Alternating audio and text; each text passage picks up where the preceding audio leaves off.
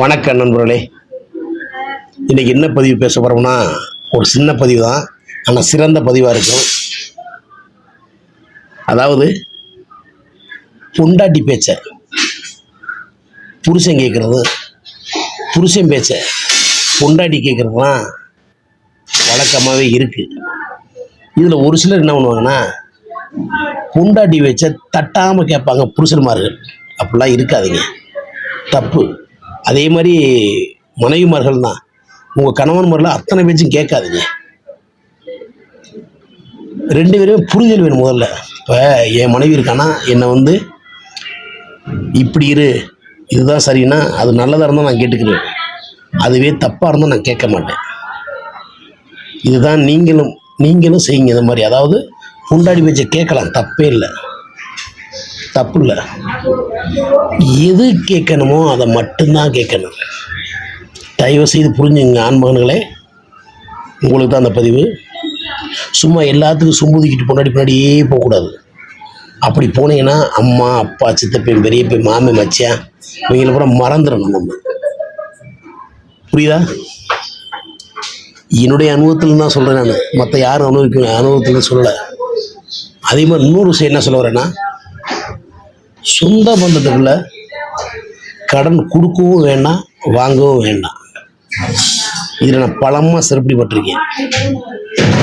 ஆமாம் நண்பர்களே, நீங்கள் யார்கிட்டையும் கடை வாங்கி யாருக்கும் கொடுக்காதீங்க, நீங்களும் யார்கிட்டையும் கடை கேட்காதீங்க. குறிப்பாக சொந்த பந்தத்துக்குள்ள இந்த உறவு நீடிக்கணும்னா இந்த பணப்பரிமாற்றம் பண்ணவே பண்ணாதீங்க. ஒரு கையெடுத்து கும்பிட்றேன், இதுதான் உண்மை.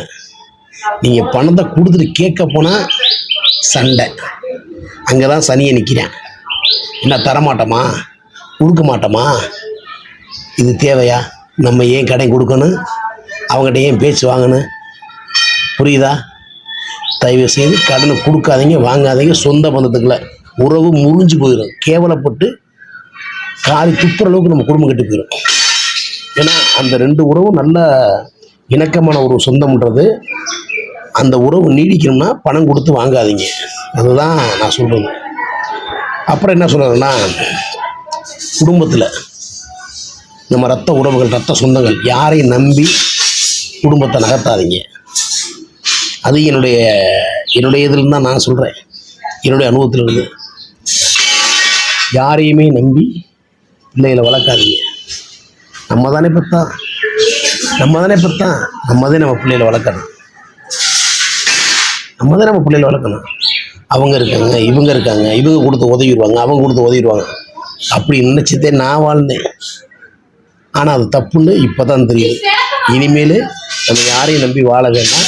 கூலோ கஞ்சியோ நம்ம பிள்ளைகளுக்கு நம்ம சம்பாரித்து கொடுத்து வாழ வைப்போம். அதுதான் நண்பர்களே, வேண்டாம்.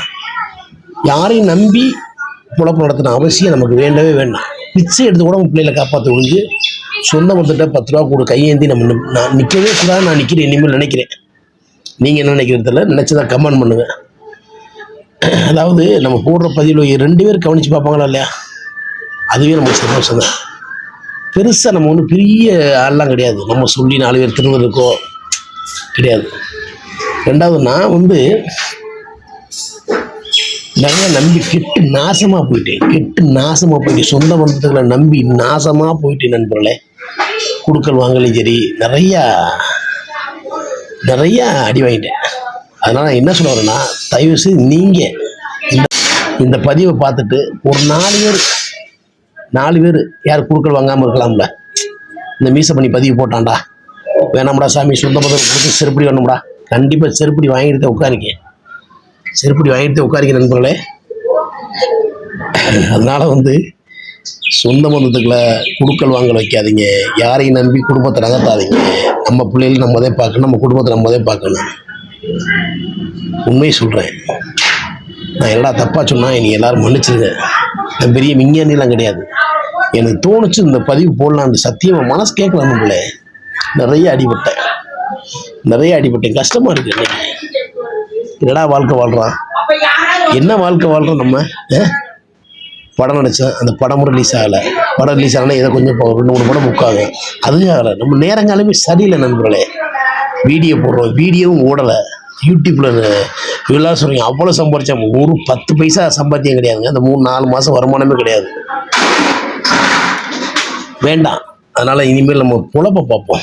இப்போலாம் டெய்லி வண்டிக்கு போகிறோம். நம்மள ஏதோ கிடைக்கிற காசு ஏதோ ஆக்டிங் போயிட்டு 10-100 கிடைக்குது. அப்படியே வாழ்க்கை நகர்ந்துக்கிட்டு இருக்கு. போதும், இந்த வாழ்க்கை போதும் நண்பர்களே. நான் இந்த வீடியோ மூலிமா என்ன சொல்ல வரேன்னா, யாரையும் நம்பி யாரையும் இருக்காதீங்க. திருப்பி சொல்கிறேன், சொந்த பந்தத்துக்குள்ள கடன் கொடுத்து வாங்காதீங்க சொல்லிட்டேன். நீங்களும் கொடுக்காதீங்க, அவங்களும் வாங்க வேணாம். அதே மாதிரி பொண்டாட்டி பேச்சை கேட்காதீங்க. புருஷன்மார்க குடும்பம் கட்டு நாசமாக போயிடும். கேளுங்க, எதை கேட்கணுமோ அதை கேளுங்க, தப்பு இல்லை. பொண்டாட்டி பேச்சை கேட்கலாம், தப்பே இல்லை. எதை கேட்கணுமோ அதை மட்டும் கேளுங்க. எல்லாத்தையும் கேட்டீங்கன்னு வச்சுக்குவேன், குடும்பம் பொழந்துட்டு போயிடும். நான் என்னுடைய அனுபவத்தில் தான் சொல்லுவேன். நான் என் பொண்டாட்டி பேச்சு கேட்பேன். என்ன கேட்கணுமோ அதை மட்டும் கேட்பேன். தப்புன்னா தப்பு, ஓடி போயிடும் அப்படின்றவேன். பிச்சுப்புடி ராஸ்கல்ஸ் அப்படின்றவேன். தப்புனா தப்பு தான். அதுக்காண்டி இப்போ வந்து எங்கள் அம்மாட்ட பேசாத, எங்கள் நந்திமிட்டு பேசாத அப்படின்னு சொன்னால் கேட்டுக்க முடியுமா? தப்பு தானே? அது மாதிரி தான் நான் சொல்கிறேன். பொண்டாட்டி பேச்சு கேட்கலாம், எதை கேட்கணுமோ அதை மட்டும்தான் கேட்கணும்னு சொல்லி இந்த வீடியோ மூலியமா இந்த வீடியோ கமெண்ட் பண்ணுங்கள். என்னடா நான் பதிவு பண்ணேன்னு சொல்லி கமெண்ட் பண்ணுங்கள். தவறாக இருந்தால் இனி மன்னிச்சிருக்கேன் பிள்ளை, ஓகேங்களா? இந்த வீடியோவில் வளவலாம் பேசவில்லை. மற்றொரு வீடியோவில் சந்திக்கும் வரை உங்களது விடுவது மதுரை மீசமணி என்பதை மிக்க மகிழ்ச்சி தெரிந்து கொண்டு விடைபெறுகிறேன். நன்றி, வணக்கத்துக்கு முன்னாடி எல்லாரும் ஹெல்மெட் போட்டு வண்டி ஓட்டுங்க. சுச்சு சுச்சு சு